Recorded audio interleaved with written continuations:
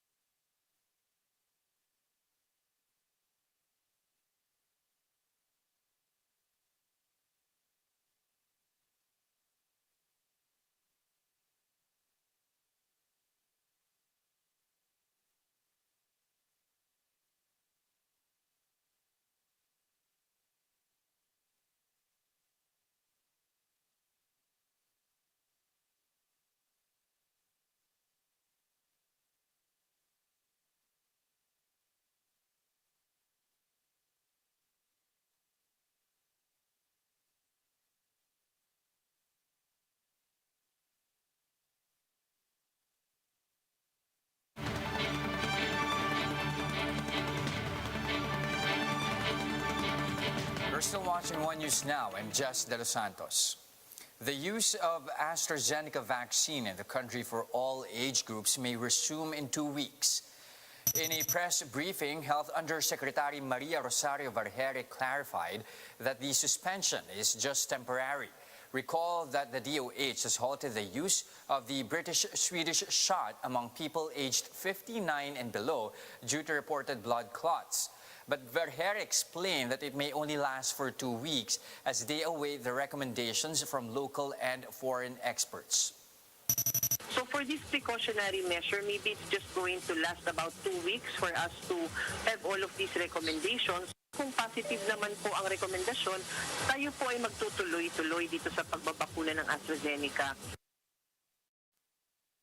The World Health Organization maintains that the benefits of AstraZeneca's vaccine far outweighs its risks, but the drama continues with concerns over rare side effects of blood clots and its supposed outdated trial data. Bloomberg's Susie Ring reports on how these issues could impact global vaccination efforts and prolong the pandemic. Why should we be so concerned about the fate of the Astra vaccine given we have at least 5 other vaccines available? Thank you, Francine. Well, I think the most important thing that people sometimes forget with all of this drama with the AstraZeneca vaccine is that this is going to be the vaccine that most of the world are going to take because they've made such a commitment to do it not for profit. And because it's so easily stored and transported, it's going to be the vaccine that's going to low and middle income countries mainly. So when we have this continued issues with it, when we have these continued kind of fueling of hesitancy, that could have a profound effect on those countries who will have little other option. And then that, in turn, could also have an effect on ending the pandemic. So, Susie, I have to say the recent, blood clotting issue is so confusing, and the EU can't even have a united front in saying, what's risky and what's not. Will it impact vaccine take-up? I think that's been one of the problems all along with this, because we have issues that come up with drugs all the time, of course, but we don't have the world watching and the scrutiny on this scale. So the blood clot issue, the EU has come out saying that it's a rare side effect. The label is going to be updated to reflect that. Obviously, as you say, the UK has decided to, for under 30s, offer an alternative vaccine. I think it's just further kind of muddying it in the public perception, and the most important thing that's come out of all of this is communication. This is a very rare side effect. It hopefully shouldn't fuel hesitancy. However, communication is the key here, and showing a united front, people being on the same page to offer the same messages to reassure the public, is the thing that's been missing in a lot of this and is the most important overriding factor. So, Susie, what does this all mean for a possible U.S. emergency authorization of the vaccine? So this is the next key step for AstraZeneca. They said that they're going to file for an emergency use authorization in the first half of this month, but obviously that's been muddied slightly by the trial results last week when they came out with one number and then criticized by their safety monitoring board, and a couple of days later had to update that figure.